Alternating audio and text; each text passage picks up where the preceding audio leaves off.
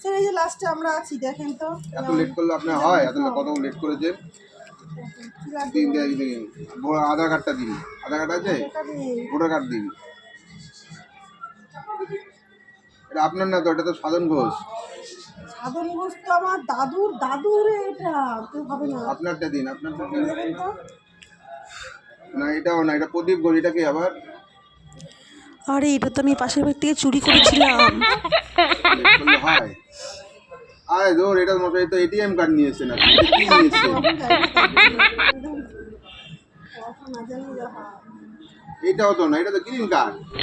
এভাবে করলে কি করে হবে? তুই একটু পড়াশোনা করিস না। আর দেখেন আর কি আছে দেখেন, প্রমাণপত্র কিছু নেই, বার্থ সার্টিফিকেট কিছু নেই। আরে আমরা তো সব অশিক্ষিত স্যার।